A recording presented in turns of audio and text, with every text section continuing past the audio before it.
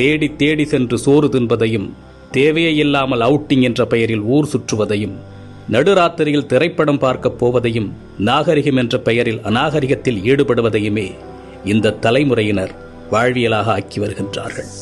உணவு திருவிழா என்று அறிவித்தால் காசையும் கொடுத்துவிட்டு தட்டை ஏந்தி கொண்டு யாசகம் கேட்பது போல் வரிசையில் நிற்கின்றது சமூகம். ஒரு நடிகன் தன்னுடைய வருமானத்தை பெருக்கிக் கொள்ள நள்ளிரவு காட்சிகளை வைக்கின்றார். அறிவை இழந்து குடும்பத்தோடு சென்று கூட்ட நெரிசல் சிக்கி இறந்து போகின்றார்கள். அதை பற்றி கவலைப்படாமல் தன்னுடைய வசூல் கணக்கை பார்த்து கொண்டிருக்கின்ற ஒரு நடிகனை தலையில் தூக்கி வைத்து வசூல் மன்னன் என்று கொண்டாடி கொண்டிருக்கின்றது இந்த சமூகம். பேசத் தெரியாத குழந்தைகளின் கையில் அலைபேசியை கொடுத்து அதை பெருமையாக பார்த்து ரசிக்கின்றது சமூகம். இரவு 2 மணிக்கு மிட்நைட் பிரியாணியை குடும்பத்தோடு சென்று சாப்பிடுவது கௌரவமாகிவிட்டது.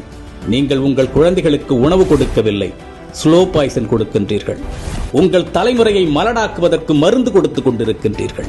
பிள்ளையை பெற்ற பெற்றோர்களே, நம்மில் பலர் பிள்ளைகளை உருவாக்கவில்லை, நிறைய வருமானம் கொடுக்கும் ஜெர்சி மாடுகளை உருவாக்கி கொண்டிருக்கின்றோம். உங்களில் எத்தனை பேரின் பிள்ளைகளுக்கு அறிமுகமில்லாத ஒரு மனிதரிடம் 10 நிமிடம் உரையாட தெரியும்? சொல்லிக் கொடுத்திருக்கின்றீர்களா? இனி சொல்லிக் கொடுங்கள். உங்களில் எத்தனை பேரின் பிள்ளைகளுக்கு தன்னம்பிக்கைக்கும் தலைகணத்திற்கும் உள்ள வேறுபாடு தெரியும்? சொல்லிக் கொடுத்திருக்கின்றீர்களா? இனி சொல்லிக் கொடுங்கள். உங்களில் எத்தனை பேரின் பிள்ளைகளுக்கு நம் தாய்மொழியில் தமிழில் தொடர்ந்து ஒரு 5 நிமிடம் பிற மொழி கலவாமல் பேச தெரியும்? சொல்லிக் கொடுத்திருக்கின்றீர்களா? இனி சொல்லிக் கொடுங்கள். உங்களில் எத்தனை பேரின் பிள்ளைகளுக்கு உங்களின் மாத வருமானம் தெரியும்? அதை கொண்டு எப்படி உங்கள் குடும்பத்தை நடத்துகின்றீர்கள் என்று எத்தனை பேர் உங்கள் பிள்ளைகளுக்கு சொல்லிக் கொடுத்திருக்கின்றீர்கள்? இல்லை என்றால் சொல்லிக் கொடுங்கள்.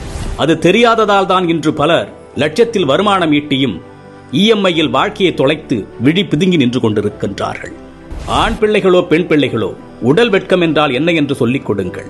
10 வயதில் அணியும் ஆடையது, பருவ வயதில் அணியும் ஆடையது, படுக்கையில் அணியும் ஆடையது, பொதுவெளியில் அணியும் ஆடையது என்று வேறுபாடுகளை சொல்லிக் கொடுங்கள்.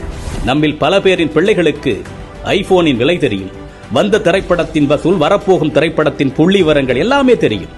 ஆனால் அன்றாடம் நாம் உண்ணக்கூடிய அரிசியின் விலை தெரியுமா? காய்கறிகளின் நிலவரம் தெரியுமா? நம் பிள்ளைகளில் பலருக்கு பில்கேட்ஸை தெரியும், எலான் மஸ்கை தெரியும். ஆனால் நம் மொழிக்காக, இனத்தின் வளர்ச்சிக்காக இன்னுயிர் துறந்த தியாக வரலாறுகளை பற்றி தெரியுமா? இன்னும் சொல்வதானால் உங்களில் எத்தனை பேர் அவர்களை நினைத்து பார்க்கின்றீர்கள்? நம் மண்ணின் தியாக வரலாறுகளை நம் பிள்ளைகளுக்கு சொல்லிக் கொடுங்கள். எப்பொழுதுமே உறவுகளை எதிரிகளாக மட்டுமே கட்டமைத்து அவர்களின் மூளைகளில் ஏற்றிவிடாதீர்கள். உறவுகளை ஒதுக்கத் தொடங்குங்கள் என்று அவர்களுக்கு நீங்கள் சொல்லிக் கொடுத்து விட்டால், அவர்கள் வளர்ந்து விட்ட பிறகு அவர்கள் ஒதுக்குகின்ற முதலாவது நபர் நீங்களாக தான் இருப்பீர்கள். வாழ்க்கை என்பது வெறும் கேளிக்கையும் வேடிக்கையும் பணம் ஈட்டுவதும் ஆடம்பரமும் மட்டுமல்ல, அது மன நிறைவாக வாழ்வது. அது எப்படி என்று குழந்தைகளுக்கு கற்றுக் கொடுங்கள். இந்த மனித சமுதாயத்திற்கு பெற்றோர்களாகிய நீங்கள் செய்யக்கூடிய மிகப்பெரிய கடமையே உங்கள் பிள்ளைகளை அறம் சார்ந்த பிள்ளைகளாக, அறிவார்ந்த பிள்ளைகளாக உருவாக்குவதுதான். அறிவு என்பது படித்து தெரிந்து கொள்வதல்ல, ஏடுகளில் இருந்து நாம் அறிந்து கொள்வதல்ல. நாம் கற்றுக்கொள்ளுகின்ற அத்தனையும் நமது புத்திக்குள் இறங்கி அது என்னவாக வெளிவருகின்றது என்பதை பொறுத்ததுதான் அறிவு. சிந்திக்க தூண்டுவது அறிவு. தன்னுள் எழும் கேள்விகளுக்கு தானே விடை காண்பதுதான் அறிவு. அப்படிப்பட்ட அறிவை உங்கள் பிள்ளைகளுக்கு வழங்குங்கள்.